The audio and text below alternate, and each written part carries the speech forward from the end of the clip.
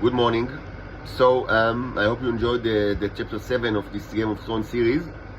Most probably, I will continue with the same series today because there are still things to discuss, of course. There's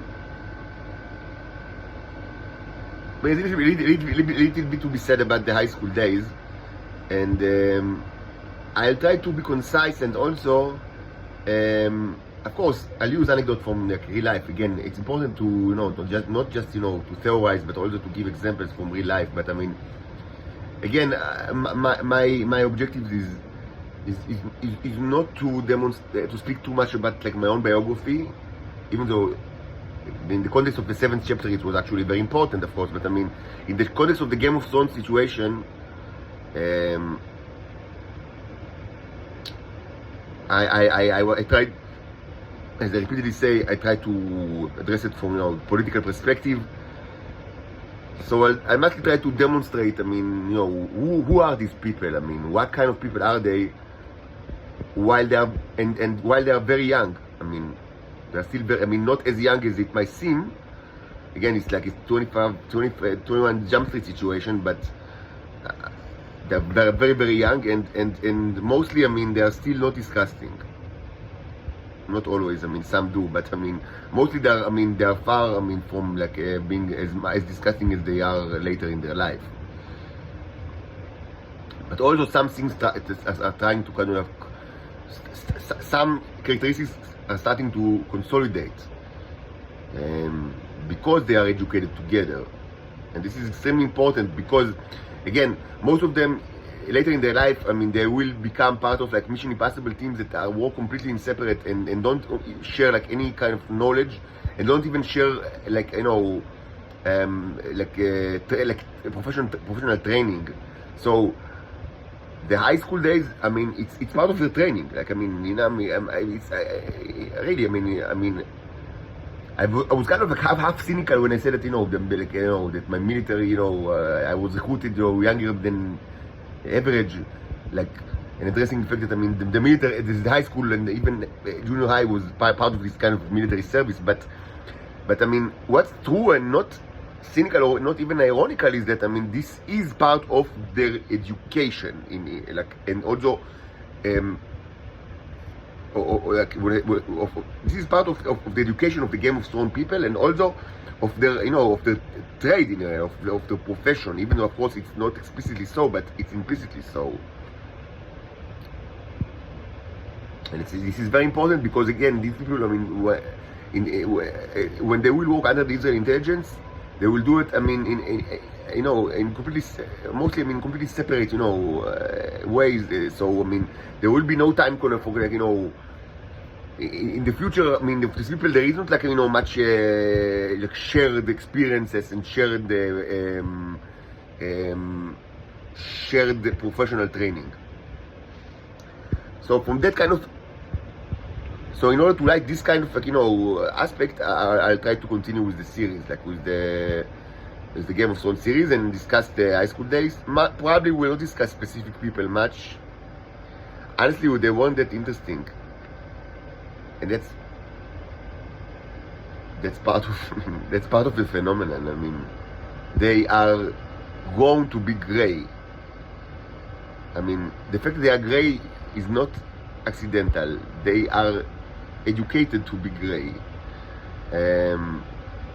They are educated to be exactly these kind of people that do not ask questions later in their life. I just say that in very short, my reaction to these circumstances, that I completely did not understand why it's so, but I understood that it's like that very, very early. My main reaction was just, not to appear to school. This is my main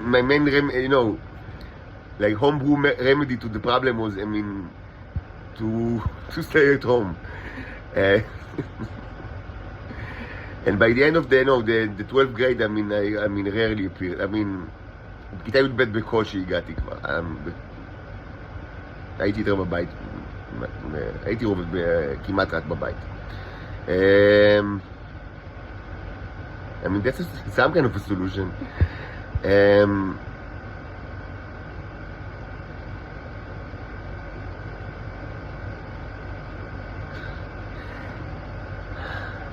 So we'll speak about it a little bit later, but not much later. I need to eat breakfast and arrange myself. And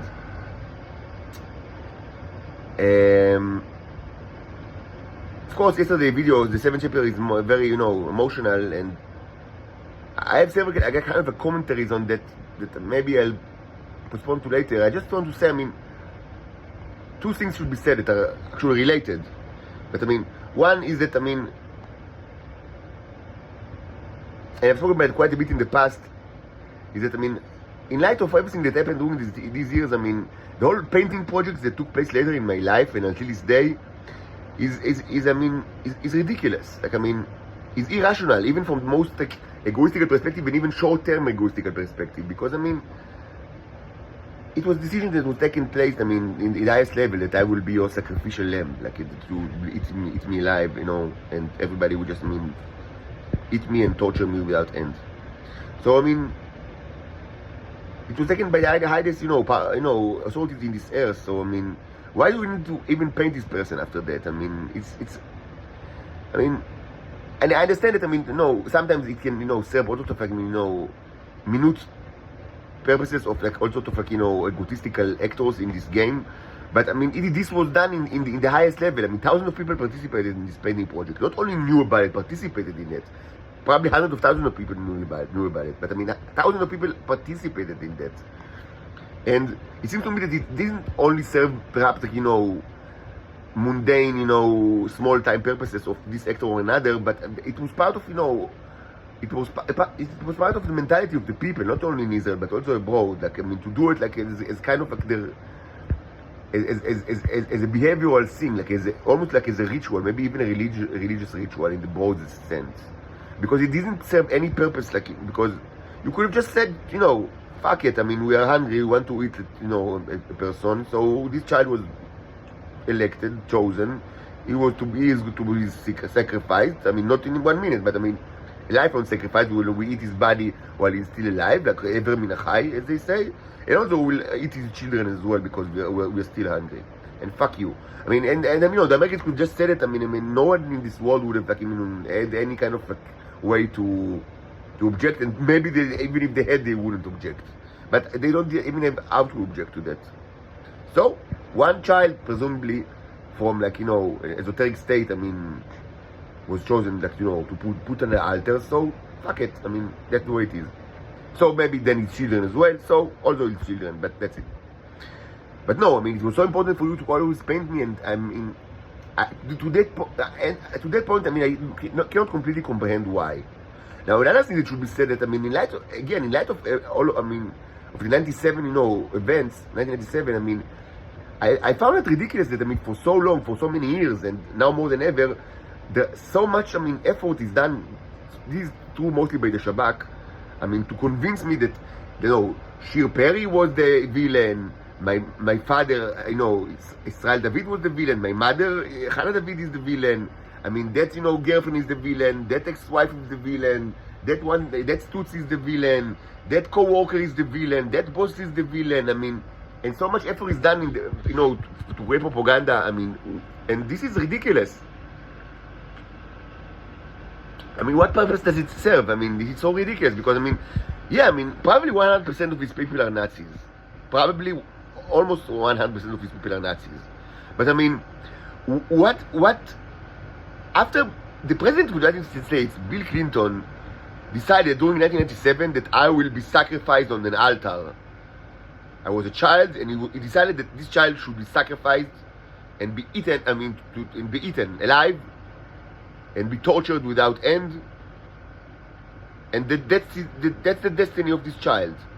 This was a decision by Bill Clinton, the President of the United States of America, during 1997. And so after that, I mean, what's the purpose of searching for the villain? Like, I mean, what more villain do we need? Like, I mean, do we need another villain? I mean, like a higher strata?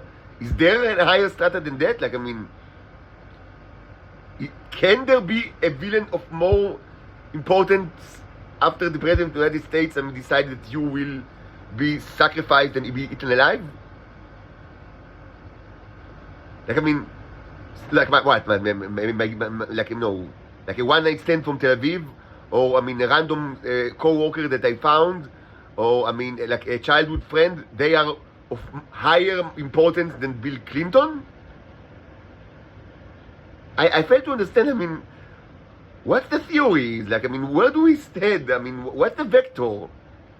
I mean, it was done, you know, during 1987. It was resolved. I mean, you decided to sacrifice this child to be eaten alive, knowing very well that this will, at minimum, result in the annihilation of the United States, and at maximum, and probably the annihilation of humankind. But that was your decision for whatever reason. But you knew that you knew the consequences. You understood. The United States is done. Like, I mean, no one will stay alive in this place. You knew it. You knew it. You already knew it, and you already acted upon this knowledge. So it's not like just general knowledge. It was knowledge that, I mean, the Secretary of the State acted upon this knowledge in practical matters. So not just like a theoretical thing, but, you know, knowledge that you acted upon the knowledge. You knew during 1997, yes, this child will be sacrificed, will be eaten alive, will be tortured without end. 100% that as a consequence there will be no human being in the United States of America very soon. Maybe in other places as well, but we accept it because that's the people that we are. That was your decision during 1997. So, I mean, after that, why do we need to still search, I mean, for you know, for the bad guys?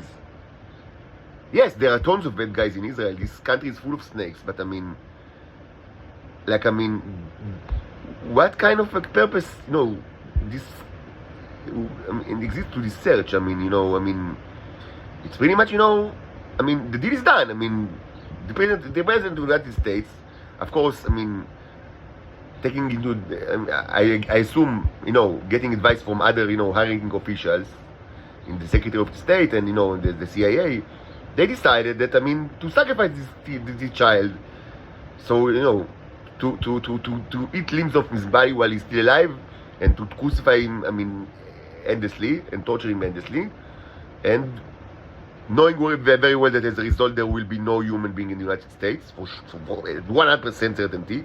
That was the decision of the highest, of the President of the United States and the highest officials in Earth. So, I mean, why this event does not conclude the search for the villain? Why do we still search for other villains? This really eludes me. I mean, I don't have any answers to that. Anyway, I will eat my breakfast and like arrange myself, and then probably will continue with the Game of Thrones political saga.